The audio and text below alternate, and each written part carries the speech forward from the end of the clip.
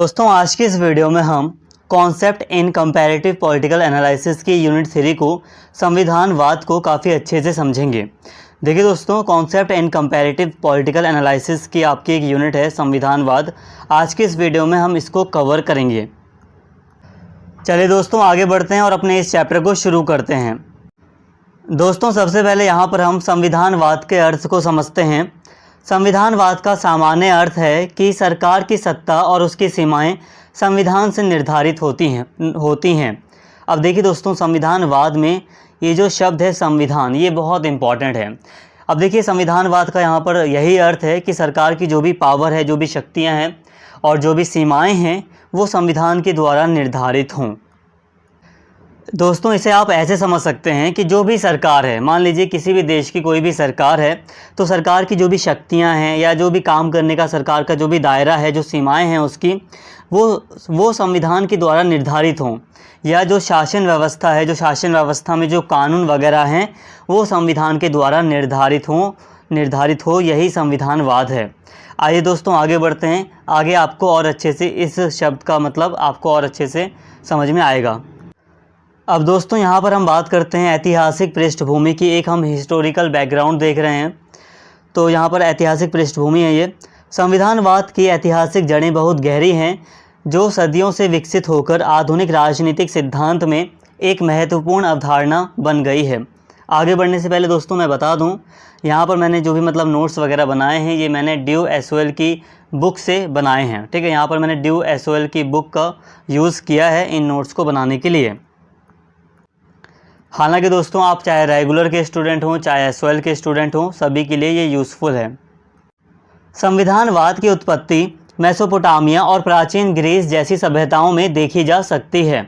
Greece में Athens के नगर राज्य ने प्रारंभिक लोकतांत्रिक सिद्धांतों को विकसित किया। रोमन गणराज्य ने भी इसी तरह के विचारों को बढ़ावा दिया। देखिए दोस्तों, यहाँ पर आप पहले टॉपिक को समझिए। यहाँ पर बात हो रही है ऐतिहासिक पृष्ठभूमि की, यानी कि हिस्टोरिकल बैकग्राउंड की बात हो रही है यहाँ पर, कि संविधानवाद का विचार किस तरह से विकसित हुआ है। तो दोस्तों अगर हम बात करें कि संविधानवाद का जो विचार है ये किस तरह से मतलब अस्तित्व में आया या किस तरह से ये विकसित हुआ, तो इसकी उत्पत्ति हमें दोस्तों प्राचीन समय से हमें देखने को मिलती है।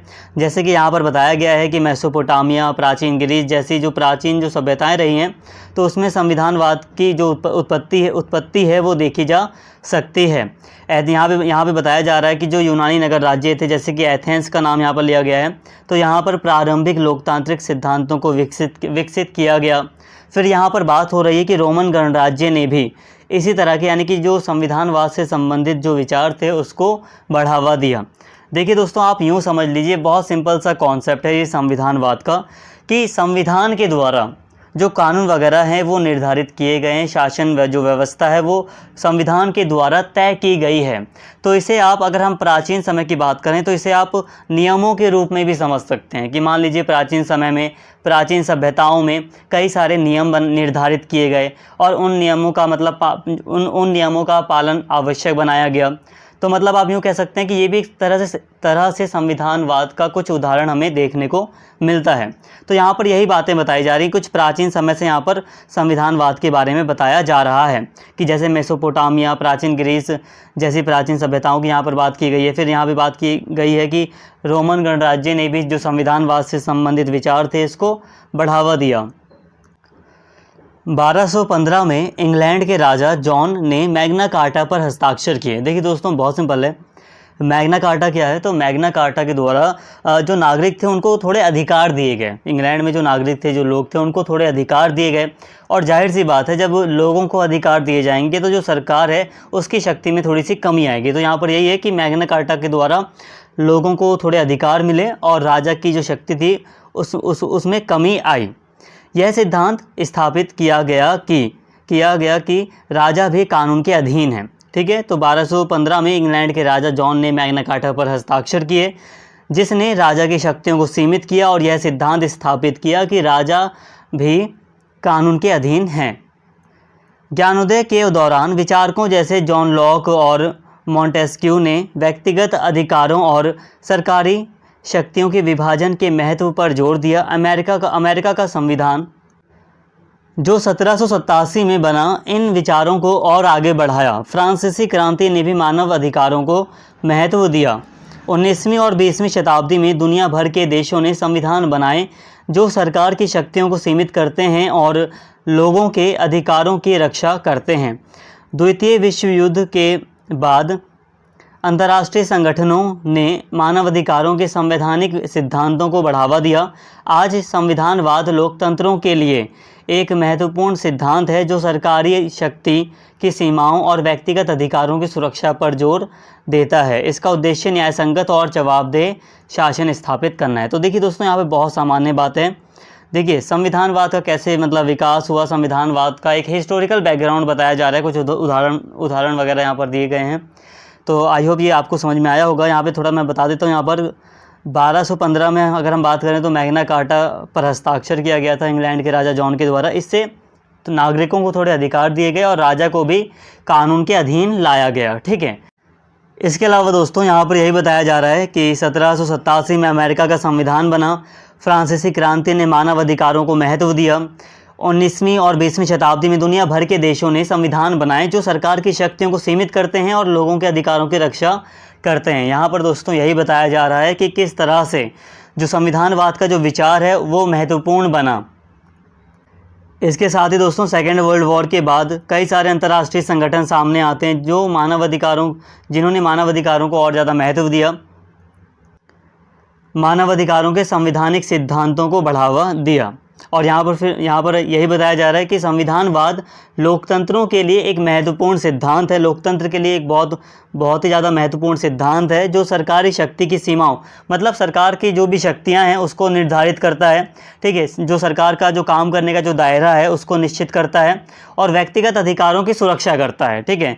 तो यहाँ पर आई होप ये सारी बातें आपको समझ में आई होंगी।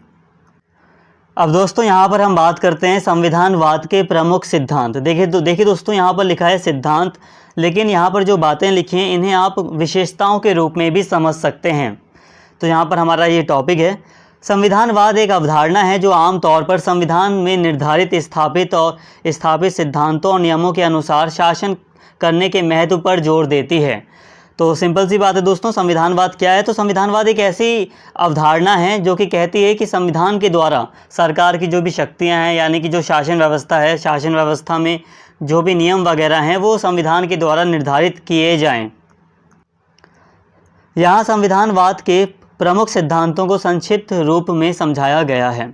तो देखिए दोस्तों, एक एक करके यहाँ पर हम समझते हैं। पहला है कानून का शासन। संविधानवाद कानून के शासन के सिद्धांत को महत्व देती है, जिसका अर्थ है कि सरकारी अधिकारियों सहित सभी व्यक्ति कानून के अधीन हैं और इसके तहत जवाबदेह हैं।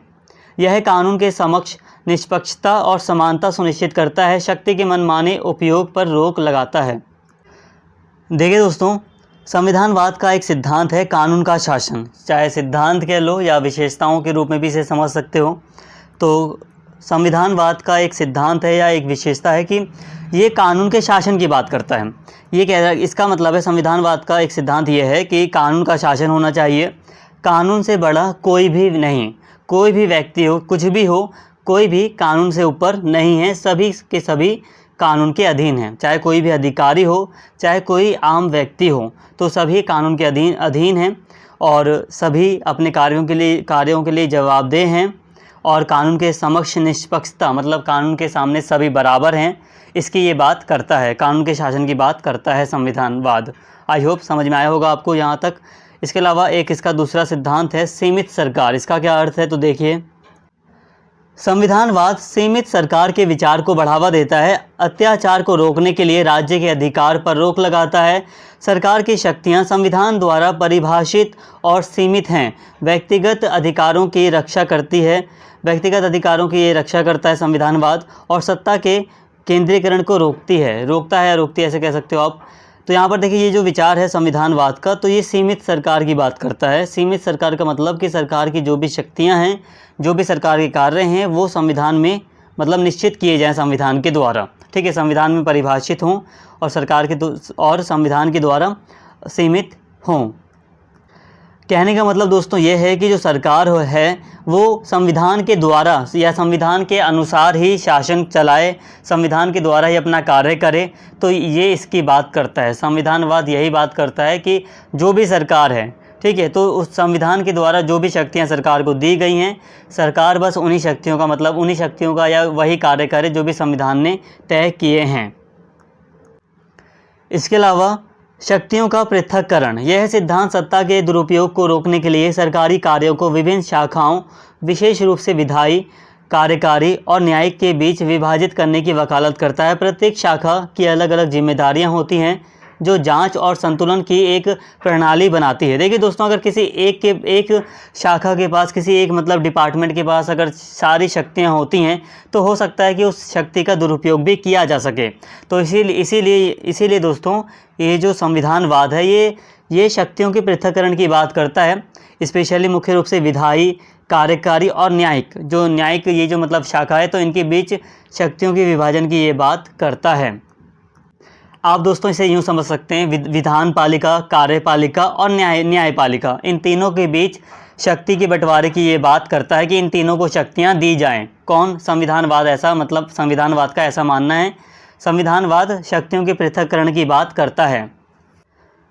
जांच और संतुलन, संविधानवाद सरकार की प्रत्येक शाखा के लिए दूसरों के कार्यों की निगरानी और सीमित करने के लिए तंत्र को अपने में शामिल करती है, जिससे किसी एक शाखा को बहुत शक्तिशाली बनने से रोका जा सके। यह पारस्परिक निरीक्षण, शक्ति और संतुलन सुनिश्चित करता है। सिंपल सी बात है दोस्तों, जैसे कि अभी मैंने आपको बताया शक्ति की पृथक्करण का ये जो टॉपिक मैंने आपको बताया, जैसे कि न्यायपालिका है, तो अगर न्यायपालिका को लगता है कि विधान पालिका ने कोई कानून बनाया है जो संविधान के मतलब संविधान का उल्लंघन कर रहा है, तो ऐसे में न्यायपालिका होती है वो उस कानून को रद्द भी कर सकती है, या जो भी न्यायपालिका को शक्ति दी गई है तो न्यायपालिका उस शक्ति का प्रयोग कर सकती है। इसी तरह अगर जो कार्यपालिका है अगर वो संविधान से हटकर कोई कार्य करती है तो ये जो मतलब दूसरे जो डिपार्टमेंट है, दूसरी जो मतलब ये जो शाखाएं हैं शासन की, तो ये उस पर कुछ कार्यवाही कर सकती हैं। तो मतलब इससे क्या होता है, ये जो अलग अलग शाखाएं हैं वो एक दूसरे के ऊपर जांच और संतुलन मतलब रखती हैं, मतलब एक दूसरे के कार्यों की जांच भी करती हैं और संतुलन भी बनाए रखती हैं कि किसी भी एक डिपार्टमेंट के पास ज़्यादा शक्ति ना चली जाए। ठीक है, जांच और संतुलन का दोस्तों फ़ायदा यही होता है कि जो भी अधिकारी होते हैं, जो भी मतलब संबंधित जो भी शाखा होती है, तो वो संविधान के अनुसार अपना कार्य करती है, चाहे वो कार्यपालिका हो, चाहे न्यायपालिका हो, चाहे विधान पालिका हो। ठीक है, तो जांच और संतुलन का ये फ़ायदा होता है। तो आई होप यहाँ तक आपको बातें समझ में आई होगी। व्यक्तिगत अधिकारों की रक्षा करना संविधानवाद का एक मूलभूत पहलू है। संविधान नागरिकों के अधिकारों और स्वतंत्रता की रूपरेखा तैयार करता है और उनकी सुरक्षा करता है। एक ऐसा ढांचा स्थापित करता है जो इन अधिकारों का उल्लंघन करने वाली मनमानी सरकारी कार्यवाहियों से रक्षा करता है। अब देखिए दोस्तों, संविधानवाद का एक सिद्धांत है व्यक्तिगत अधिकारों की रक्षा करना। तो संविधानवाद व्यक्तिगत अधिकारों की रक्षा की भी बात करता है कि संविधान के द्वारा व्यक्तिगत अधिकारों की रक्षा की जाए।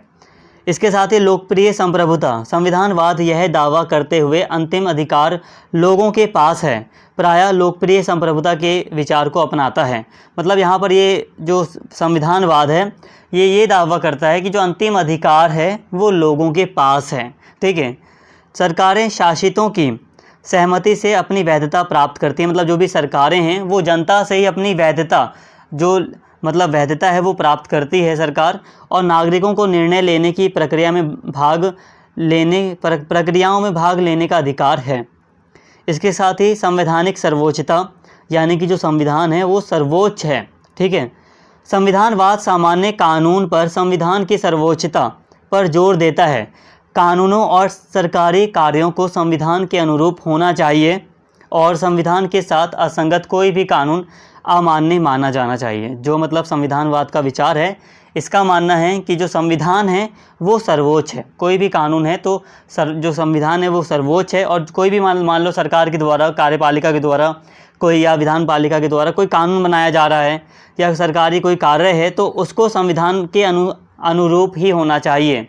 मतलब कोई भी कार्य संविधान से परे हटकर नहीं होना चाहिए। संविधान में जो भी कानून है, जो भी मतलब संविधान में जो भी बातें तय की गई हैं उसी के अनुसार शासन व्यवस्था चलनी चाहिए। या कोई भी ऐसा कानून है जो कि संविधान का उल्लंघन कर रहा है तो वो उसे अमान्य माना जाना चाहिए। तो ऐसा मानना है संविधानवाद का। लोकतांत्रिक शासन। संविधानवाद प्रायः लोकतांत्रिक सिद्धांतों के साथ संरेखित होता है। यह सुनिश्चित करता है कि सरकार स्वतंत्र और निष्पक्ष चुनावों के माध्यम से लोगों के प्रति जवाबदेह है। लोकतांत्रिक शासन लोकप्रिय इच्छा व्यक्त करने के लिए एक तंत्र प्रदान करके संविधानवाद का पूरक है।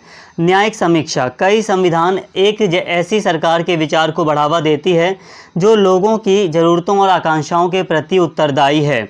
लोकतांत्रिक प्रक्रियाओं और कानून के शासन के पालन के माध्यम से संवैधानिक शासन का उद्देश्य लोगों के हितों को संबोधित करना है। दोस्तों, कहने का मतलब यहाँ पर ये है कि संविधानवाद के विचार में जो लोकतांत्रिक जो चीज़ें हैं वो भी शामिल हैं। तो लोकतांत्रिक शासन की ये बात करता है, मतलब ये जो संविधानवाद है ये लोकतांत्रिक शासन की भी बात करता है। जो लोकतांत्रिक जो विचार हैं उसकी बात भी ये करता है। जो सरकार हो वो लोगों के प्रति जवाबदेह रहे, इसकी बात ये संविधानवाद करता है। इसके साथ ही उत्तरदायी सरकार की ये बात करता है। आई होप यहाँ तक आपको समझ में आया होगा। यहाँ पर भी यही बातें लिखी हैं दोस्तों कि संविधानवाद एक ढांचा है जो प्रमुख सिद्धांतों, व्यक्तिगत अधिकारों की सुरक्षा, लोकप्रिय संप्रभुता, संवैधानिक सर्वोच्चता, लोकतांत्रिक शासन, न्यायिक समीक्षा और उत्तरदायी सरकार को स्थापित करके एक न्यायपूर्ण और संतुलित राजनीतिक व्यवस्था स्थापित करना चाहता है। मतलब कहने का यही है कि संविधानवाद यही चाहता है कि लोगों के अधिकारों की रक्षा हो और जो सरकार है वो मनमानी कार्य ना करे। संविधानवाद यही चाहता है कि सरकार अपना कार्य संविधान के अनुसार चलाए। मतलब संविधान में जो भी शक्तियाँ सरकार को दी गई हैं, सरकार उन्हीं शक्तियों का प्रयोग करे। कहने का मतलब यह है कि सरकार की जो शक्तियां हैं, जो भी सीमाएं हैं सरकार के कार्यों की, वो संविधान के द्वारा निर्धारित हों और व्यक्तिगत अधिकारों की सुरक्षा हो, लोकतांत्रिक शासन हो, न्यायिक समीक्षा और उत्तरदायी सरकार की ये बात करता है। और इस तरह ये एक न्यायपूर्ण और संतुलित राजनीतिक व्यवस्था स्थापित करना चाहता है। आई होप ये बातें आपको समझ में आई होंगी। इसके साथ ही दोस्तों ये सिद्धांत सामूहिक रूप से एक ऐसी प्रणाली में योगदान करते हैं जो व्यक्तिगत स्वतंत्रता की रक्षा करती है और सत्ता के दुरुपयोग को रोकती है और एक स्थिर और जवाबदेह सरकार को बढ़ावा देती है। तो ये बातें भी सामान्य हैं। आई होप समझ में आया होगा आपको। अब दोस्तों यहाँ पर हम बात करते हैं उत्तर औपनिवेशिक संविधानवाद की। उत्तर औपनिवेशिक संविधानवाद उन देशों में संवैधानिक ढांचे के विकास को संदर्भित करता है जो औपनिवेशिक शासन से स्वतंत्र हुए हैं। जब कोई देश विदेशी शासन से आज़ाद होता है तो वह अपना नया संविधान बनाता है या मौजूदा कानूनों को संशोधित करता है। नए संविधान में उन समस्याओं और चुनौतियों का समाधान होता है जो उपनिवेशवाद के दौरान उत्पन्न हुई थी। दोस्तों यहाँ पर कहने का मतलब यही है, उत्तर औपनिवेशिक संविधानवाद। जो देश औपनिवेशिक शासन से स्वतंत्र हुए और उन्होंने अपने देश में संवैधानिक व्यवस्था को लागू किया, संविधान बनाया और एक पूरी व्यवस्था को जो लागू किया, तो यहाँ पर यही बातें हो रही हैं कि किस तरह से औपनिवेशिक शासन से स्वतंत्र हुए देशों में संवैधानिक विकास हुआ। तो यहाँ पर इसकी बात हो रही है। जैसे कि भारत है या जो दूसरे कई सारे जो देश हैं, तो जब वो औपनिवेशिक शासन से स्वतंत्र हुए तो वहाँ पर किस तरह से संवैधानिक ढांचा स्थापित हुआ, संवैधानिक ढांचे का किस तरह से विकास हुआ। तो यहाँ पर ये वाला टॉपिक इसी की बात कर रहा है। उत्तर औपनिवेशिक, आप समझ गए, यहाँ पर औपनिवेशिक शासन से स्वतंत्र। उत्तर औपनिवेशिक संविधानवाद का अर्थ यही है कि औपनिवेशिक शासन से स्वतंत्र हुए देशों में किस तरह से संवैधानिक ढांचे का विकास हुआ।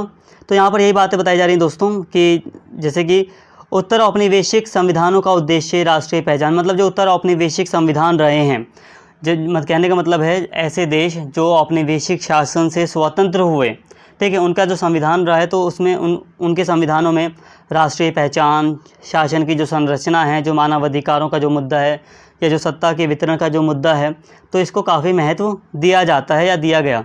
या ये संविधान स्वदेशी कानूनी परंपराओं पर आधारित हो सकते हैं और साथ ही लोकतंत्र और कानून के शासन के आधुनिक सिद्धांतों को भी शामिल कर सकते हैं। और यहाँ पर ये भी बताया जा रहा है कि नए संविधान में उन समस्याओं और चुनौतियों का समाधान होता है जो उपनिवेशवाद के दौरान उत्पन्न हुई थी।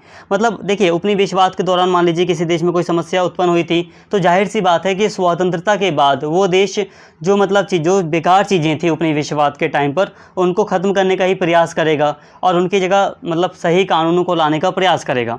जैसे कि भारत में अगर हम बात करें तो ब्रिटिशर्स के टाइम पर भारत में कई सारे कानून बनाए गए थे और कई सारे जो कानून थे वो सही नहीं थे, तो उनको हटाया गया और उसमें सुधार भी किए गए।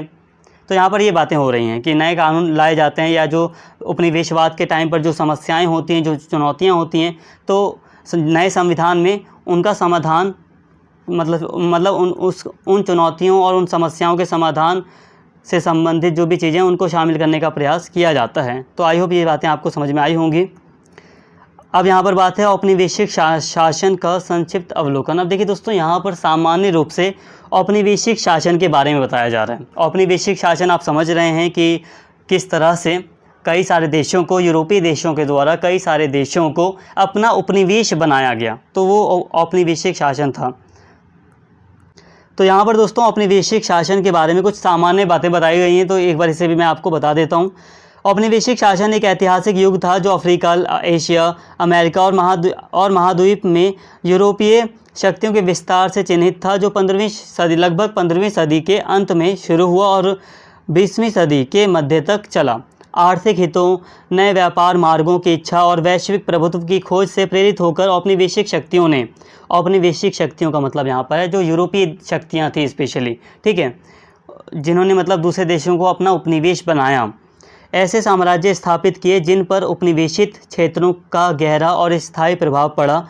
खोज के युग में पुर्तगाल, स्पेन, इंग्लैंड, फ्रांस और नीदरलैंड जैसे यूरोपीय देशों ने नए क्षेत्रों की खोज के लिए समुद्री यात्राएं शुरू की।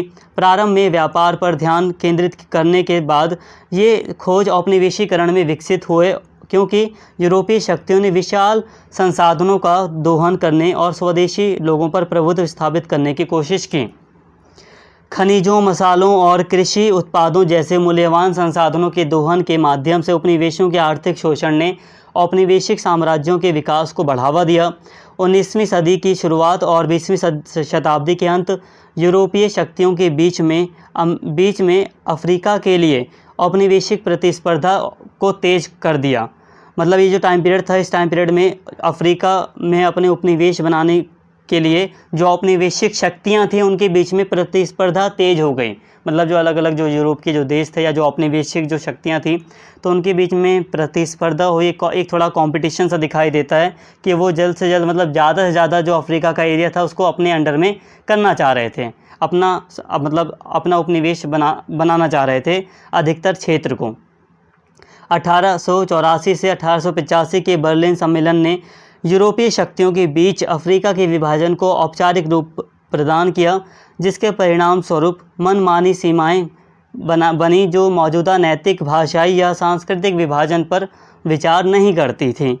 इस विभाजन ने उपनिवेशवाद के बाद कई अफ्रीकी देशों में संघर्ष और अस्थिरता की विरासत छोड़ी। देखिए दोस्तों, यहाँ पर बहुत सामान्य बातें बताई जा रही हैं जो आपको बहुत पहले पता भी होगा।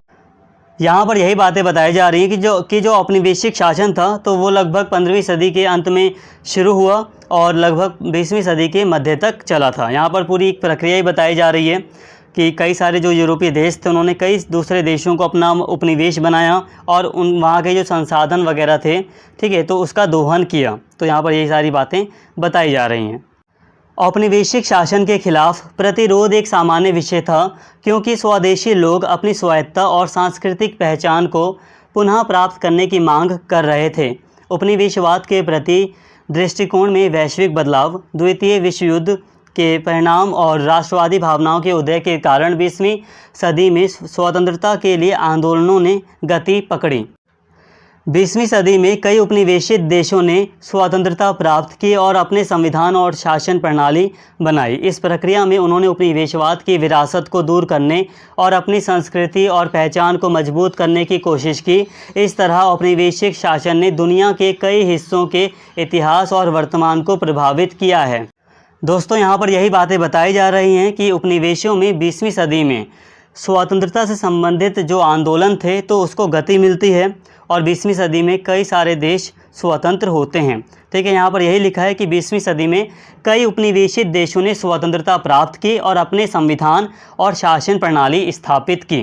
ठीक है, तो दोस्तों ये सामान्य बातें थी। आई होप यहाँ तक आपको बातें समझ में आई होंगी। यहाँ पर पूरी तरह यहाँ पर औपनिवेशिक शासन का एक संक्षिप्त अवलोकन दिया गया है। औपनिवेशिक शासन के बारे में यहाँ पर बातें बताई गई हैं। आई होप ये आपको समझ में आया होगा।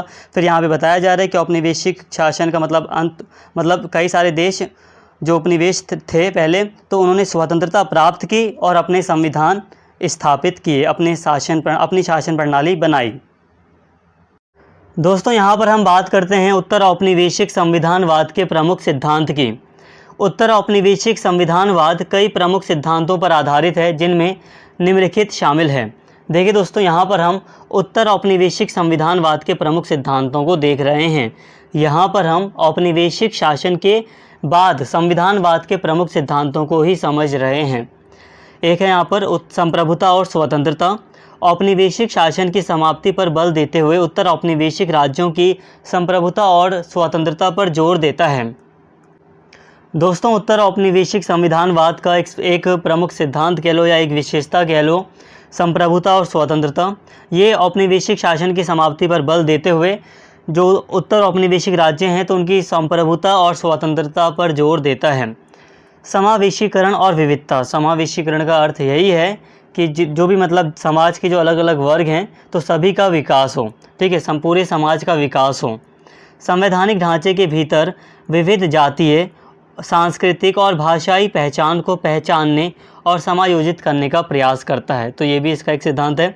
इसके अलावा मानवाधिकार, ऐतिहासिक अन्यायों को सुधारने और सभी नागरिकों के लिए मौलिक अधिकारों को सुनिश्चित करने की मांग करते हुए मानवाधिकारों की सुरक्षा को प्राथमिकता देता है। मतलब मानवाधिकार भी इसका एक सिद्धांत है। कानून का शासन। कानून के शासन की सर्वोच्चता, यानी कि जो कानून का शासन है वो सर्वोच्च है।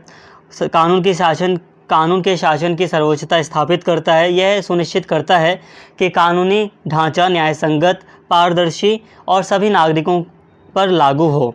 लोकतांत्रिक शासन। निर्णय लेने की प्रक्रियाओं में भागीदारी, प्रतिनिधित्व और जवाबदेही को बढ़ावा देकर लोकतांत्रिक शासन संरचनाओं को प्रोत्साहित करता है। भूमि और संसाधन अधिकार। भूमि और संसाधन अधिकारों से संबंधित मुद्दों को संबोधित करता है। प्रायः ऐतिहासिक बेदखली को सुधारने और समान वितरण को बढ़ावा देने की मांग करता है। सांस्कृतिक मान्यता। सांस्कृतिक विविधता को महत्व देने वाले संवैधानिक वातावरण को बढ़ावा देते हुए स्वदेशी संस्कृतियों, भाषाओं और परंपराओं को स्वीकार करता है और उनकी रक्षा करता है। क्षतिपूर्ति और सांक्रांतिक न्याय। ऐतिहासिक गलतियों को दूर करने और संयोजन या सुलह को बढ़ावा देने के लिए क्षतिपूर्ति और सांक्रांतिक न्याय के लिए तंत्र को शामिल किया जा सकता है। अंतर्राष्ट्रीय भाईचारा। उपनिवेशवाद के बाद के युग में सम्मान को बढ़ावा देने, अंतर्राष्ट्रीय सहयोग और एकजुटता के महत्व को महत्व देता है। तो देखिए दोस्तों, यहाँ पर उत्तर औपनिवेशिक संविधानवाद के कुछ प्रमुख यहाँ पर सिद्धांत बताए गए थे। तो कई प्रमुख सिद्धांत हैं इसके, तो यहाँ पर ये कुछ प्रमुख सिद्धांत यहाँ पर दिए गए हैं, जैसे कि संप्रभुता और स्वतंत्रता, समावेशीकरण और विविधता, मानवाधिकार, कानून का शासन, लोकतांत्रिक शासन, सांस्कृतिक पहचान, भूमि और संसाधन अधिकार, क्षतिपूर्ति और सांक्रांतिक न्याय और अंतर्राष्ट्रीय भाईचारा। तो यहाँ पर ये कुछ प्रमुख सिद्धांत हैं उत्तर औपनिवेशिक संविधानवाद के। अब दोस्तों यहाँ पर हम बात करते हैं संविधानवाद की चुनौतियाँ और मुद्दे। देखिए दोस्तों, संविधानवाद की एक चुनौती है संवैधानिक व्याख्या की। संविधानवाद का ये जो विचार है या संविधानवाद का ये जो सिद्धांत है, इसके सामने एक चुनौती है संवैधानिक व्याख्या की। कई बार कानूनी भाषा की अस्पष्टता के कारण अलग अलग व्याख्याएं सामने आती हैं और कई बार आधुनिक संदर्भों में पुराने सिद्धांतों का सही उपयोग करना मुश्किल होता है। इसके अलावा संविधानवाद के समक्ष एक चुनौती है लोकतांत्रिक मानदंडों का शरण। कुछ नेता संवैधानिक प्रावधानों का दुरुपयोग कर सत्ता मजबूत करते हैं। इससे लोकतंत्र कमज़ोर होता है और असहमति को दबाया जाता है। तो दोस्तों, लोकतांत्रिक मानदंडों का शरण भी संविधानवाद के समक्ष एक चुनौती है। इसके अलावा वैश्विक अंतर संबंध, जलवायु परिवर्तन, आतंकवाद, महामारी जैसी वैश्विक समस्याओं से निपटना चुनौतीपूर्ण है। अंतर्राष्ट्रीय सहयोग और कानूनी मानदंडों की ज़रूरत होती है। देखिए, संविधानवाद के समक्ष एक चुनौती है वैश्विक अंतर संबंध से संबंधित। वैश्विक स्तर पर कई सारी समस्याएं हैं जिससे निपटने के लिए अंतर्राष्ट्रीय सहयोग और कानूनी मानदंडों की ज़रूरत होती है। इसके अलावा एक चुनौती है समावेशिता और विविधता से संबंधित। हाशिए पर रहने वाले समूहों के अधिकारों की पर्याप्त सुरक्षा नहीं होती। समावेशी संवैधानिक ढांचे के लिए निरंतर प्रयास आवश्यक हैं। तकनीकी प्रगति, गोपनीयता और डिजिटल प्लेटफॉर्म पर निगरानी से संबंधित नए मुद्दे उत्पन्न होते हैं। सुरक्षा और व्यक्तिगत स्वतंत्रता के बीच संतुलन बनाना चुनौतीपूर्ण है। इसके अलावा आर्थिक समानता और सामाजिक न्याय, सभी नागरिकों के लिए समान अवसर भलाई सुनिश्चित करने की ज़रूरत है। मतलब आर्थिक समानता और सामाजिक न्याय से संबंधित एक चुनौती है। संवैधानिक ढांचे में सामाजिक आर्थिक चुनौतियों का समाधान महत्वपूर्ण। तुलनात्मक दृष्टिकोण से संविधानवाद में प्रमुख चुनौतियां इस प्रकार हैं। देखिए दोस्तों, अभी हमने संविधानवाद की कुछ प्रमुख चुनौतियों को समझा। अब हम तुलनात्मक दृष्टिकोण से समझने का प्रयास कर रहे हैं कि संविधानवाद में क्या प्रमुख चुनौतियां हैं। बहुत सिंपल है दोस्तों, अभी हमने संविधानवाद की कुछ प्रमुख चुनौतियों को समझा। अब यहाँ पर भी हम संविधानवाद की कुछ प्रमुख चुनौतियों को ही समझ रहे हैं, लेकिन यहाँ पर हम तुलनात्मक दृष्टिकोण से संविधानवाद की कुछ प्रमुख चुनौतियों को समझ रहे हैं। तो संविधानवाद की एक प्रमुख चुनौती है सांस्कृतिक विविधताएं और कानूनी परंपराएं। तो तुलनात्मक दृष्टिकोण से संविधानवाद के समक्ष एक प्रमुख चुनौती है सांस्कृतिक विविधताएं और कानूनी परंपराएं। क्या है दोस्तों? तो देखिए, अलग अलग देशों में संवैधानिक सिद्धांतों की मान्यता में भिन्नता हो सकती है। मतलब अलग अलग देश हैं तो जो संवैधानिक सिद्धांत हैं, ठीक है, जो कानूनी जो सिद्धांत हैं उनकी मान्यता में भिन्नता हो सकती है। हो सकता है किसी एक देश में किसी कानून को मान्यता दी जाती हो, किसी दूसरे देश में उसी कानून को मान्यता ना दी जाती हो, ठीक है। इसके अलावा सांस्कृतिक अंतर, जो सांस्कृतिक अंतर है इसको ध्यान में रखते हुए संविधान बनाना चुनौतीपूर्ण है। तो एक चुनौती ये हो गई। इसके अलावा कानून का शासन और लागू किया जाना, कानूनों का सही तरीके से लागू होना आवश्यक है। अलग अलग देशों में संवैधानिक प्रावधानों के कार्यान्वयन में असमानताएं होती हैं। मतलब कानून का शासन स्थापित हो पूरी सही से और कानून को सही से लागू किया जाए, तो ये भी एक चुनौती है, ठीक है।